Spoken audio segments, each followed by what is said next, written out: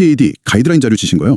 이거 정말 흥미롭더라고요. 예, 그렇죠. 그냥 법규 나열이 아니고 우리가 매일 다니는 공간들이 어떻게 우리 안전, 심리에까지 영향을 주는지 그런 설계에 대한 어떤 청사진 같았어요. 네, 맞습니다. CPTAD의 핵심은 사실 물리적인 방어벽, 그걸 넘어서는 데 있거든요. 물리적인 걸 넘어서요? 네, 환경 설계를 통해서 범죄가 일어날 만한 기회 자체를 좀 줄이고 또 사람들이 여기 안전하다 이렇게 느끼게 만드는 거죠. 단순히 벽을 높이는 게 아니군요. 그렇죠. 범죄자의 심리를 위축시키고 또 주민들이 자연스럽게 서로 감시하고 참여하도록 유도하는 그런 디자인 기법이라고 보시면 됩니다.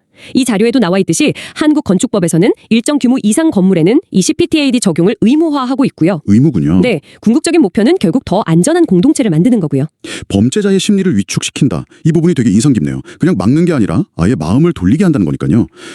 이 자료 보니까 CPTAD에는 5가지 핵심 원칙이 있다고 하던데요. 네, 그렇습니다. 첫 번째 원칙, 자연적 감시부터 시작해볼까요? 이거 어떤 개념인가요? 자연적 감시, 말 그대로예요.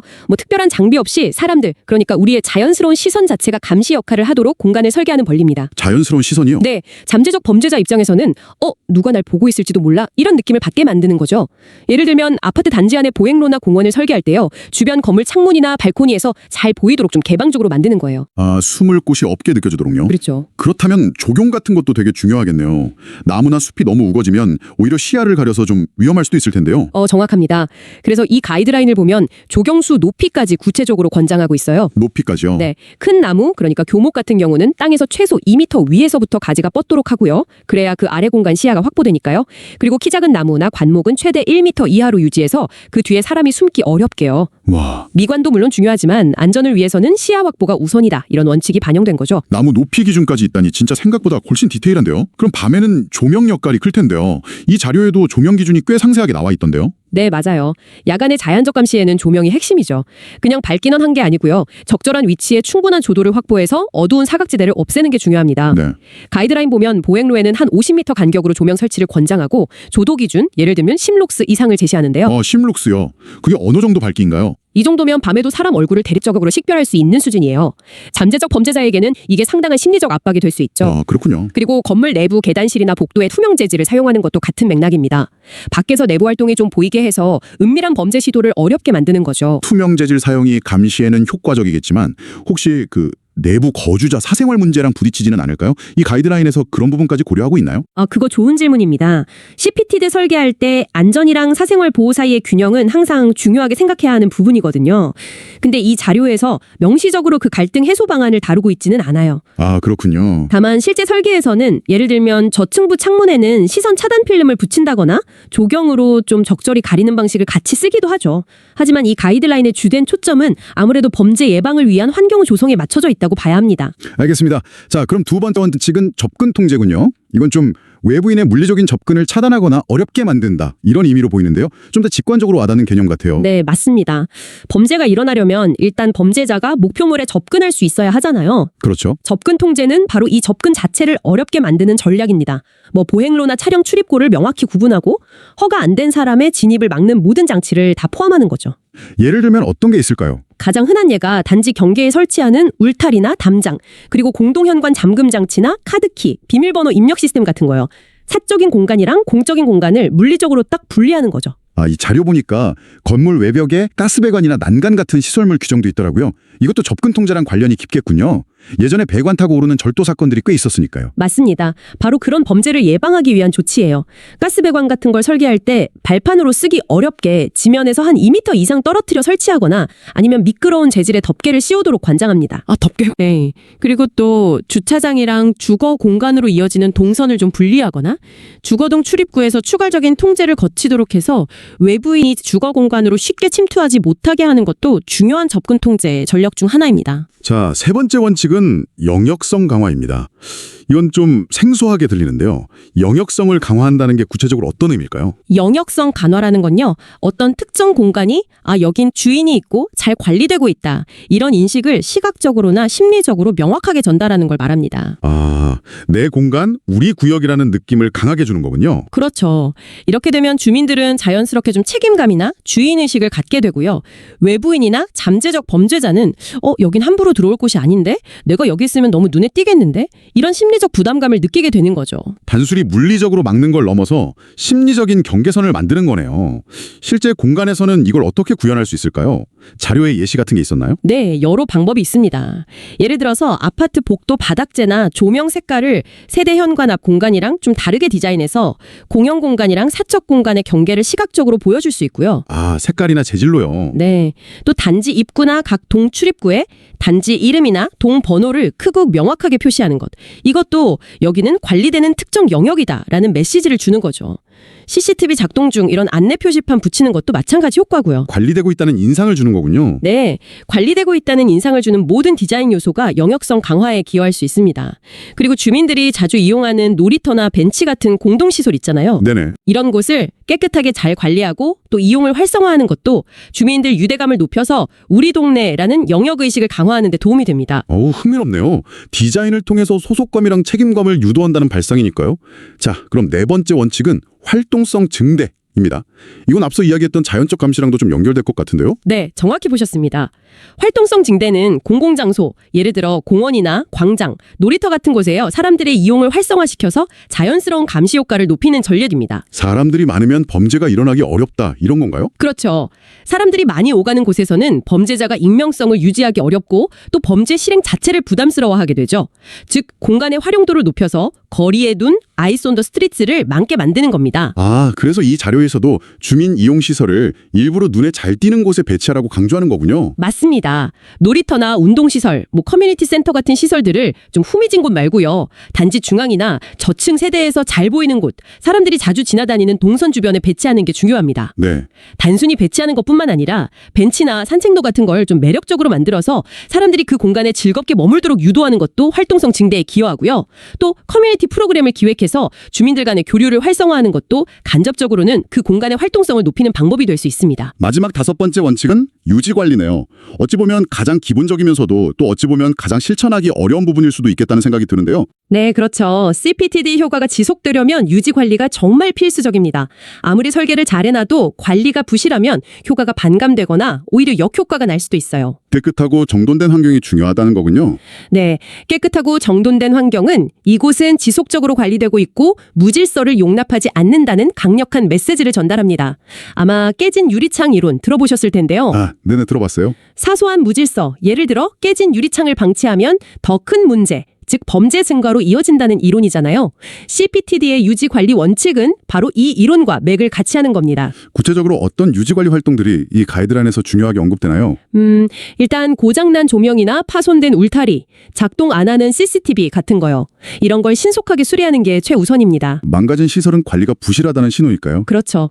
그런 신호를 읽힐 수 있거든요. 주기적인 조경 관리로 시야를 확보하고 쓰레기 없는 청결한 환경을 유지하는 것도 기본이고요.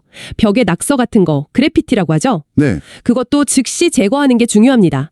낙서는 방치된 공간이라는 인상을 주고 모방 범죄를 유발할 수 있기 때문에 빨리 제거하는 게 이 공간은 관리되고 있다는 메시지를 강화하는 거죠. 이 5가지 원칙, 그러니까 자연적 감시, 접근 통제, 영역성 강화, 활동성 증대, 유지 관리, 이걸 종합해보면 CPTD는 단순히 기술적인 설치 기준을 넘어서 인간의 심리랑 행동 패턴까지 고려한 상당히 입체적인 접근법이라는 생각이 드네요. 맞습니다. 그럼 이제 이 원칙들이 그 공유해주신 자료에 따라서 실제 공동주택의 각 공간, 그러니까 외부 공간부터 세대 내부까지 어떻게 구체적으로 적용되는지 좀 더 깊이 들어가 볼까요? 좋습니다. 먼저 외부 공간, 그러니까 대지하고 조경부터 살펴보죠. 담장의 경우에는요. 사생활 침해 우려가 적은 구역이라면 외부 시선이 어느 정도 내부를 볼 수 있는 투시형 담장을 권장합니다. 아, 밖에서 볼 수 있게요? 네, 외부에서의 자연스러운 감시를 유도하기 위해서죠. 조명은 아까 말씀드렸듯이 보행로 50m 간격 설치, 그리고 야간에 얼굴 식별 가능한 조도, 예를 들어 10럭스 확보가 중요하고요. 10럭스면 아까 해질녘 신문 읽을 수 있는 정도라고 하셨죠? 네, 대략 그 정도 밝기인데 안전 확보를 위한 최소한의 기준선이라고 할 수 있습니다. 조경은 시야 확보 말고 다른 기능도 할 수 있겠네요. 이 자료 보니까 방어용 식재라는 표현도 있던데요. 네, 그렇죠. 조경은 시야 확보와 더불어서 접근 통제의 역할도 할 수 있습니다. 건물 벽이나 창문 근처, 담장 아래처럼 외부인이 침입을 시도할 만한 지점에는 가시가 있는 탱자나무나 장미 같은 식물을 심어서요. 물리적인 접근을 좀 어렵게 만드는 이른바 방어적 조경을 고려할 수 있습니다. 아, 가시나무 같은 거요? 네.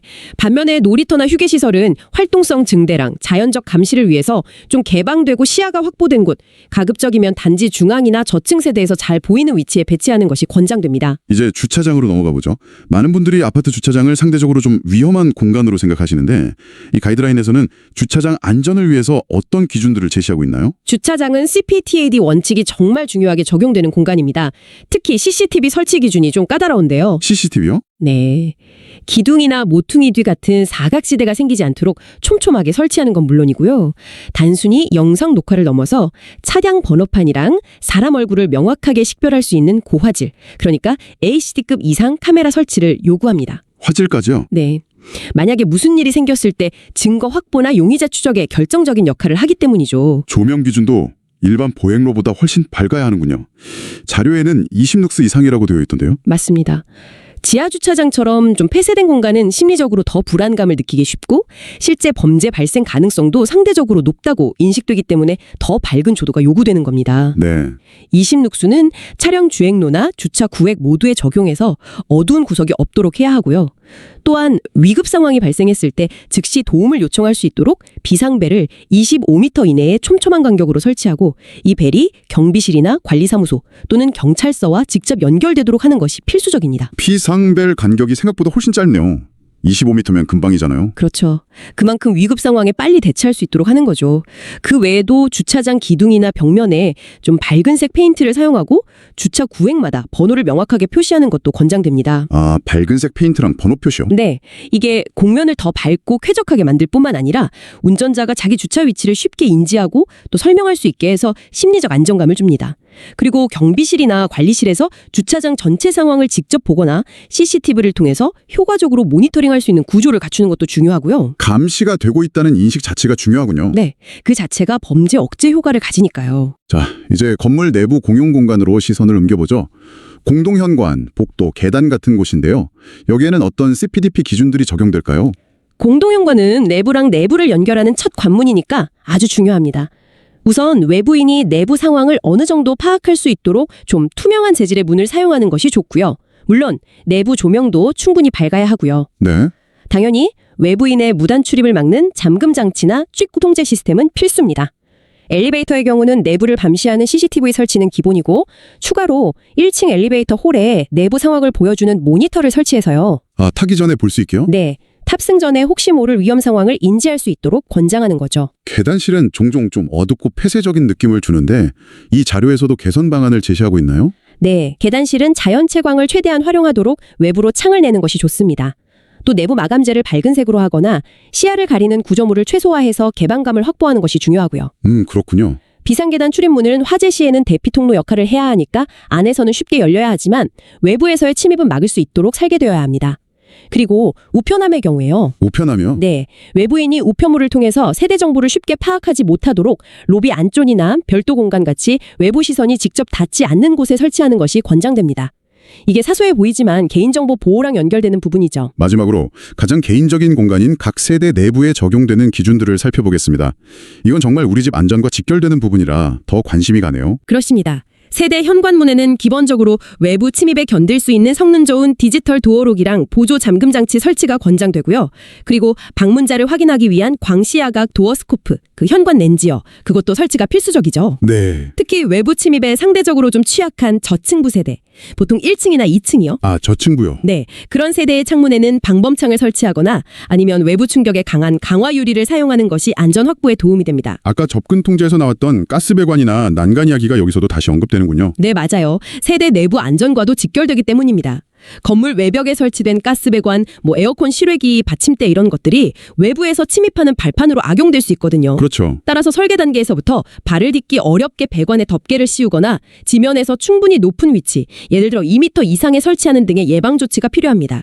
이런 세부적인 기준 하나하나가 모여서 결과적으로는 우리 집 그리고 우리 공동체의 안전 수준을 높이는 데 기여하는 겁니다. 오늘 이 CPTID 가이드라인 자료를 통해서 건축 설계가 단순히 미관이나 기능을 넘어서 범죄 예방과 주민의 심리적 안정감에 얼마나 깊이 관여하는지 알 수 있었습니다. 정말 보이지 않는 곳에서 우리 안전을 지키기 위한 고민들이 숨어 있다는 점이 새삼 느껴지네요. 맞습니다. 이러한 CPTD 원칙들은 물리적인 안전망을 구축하는 동시에 그 환경 설계를 통해서 사람들의 행동과 심리에 긍정적인 영향을 미치려는 시도라고 볼 수 있죠. 아마 이 이야기를 듣고 나시면 매일 생활하시는 공간의 담장 높이나 조명 밝기, 놀이터 위치 같은 것들이 이전과는 조금 다르게 보이실 수도 있을 겁니다. 아, 그럴 것 같아요. 이 가이드라인이 실제 우리 주변 환경에 얼마나 잘 구현되어 있는지 한번 살펴보는 것도 꽤 흥미로운 관찰이 될 것 같습니다.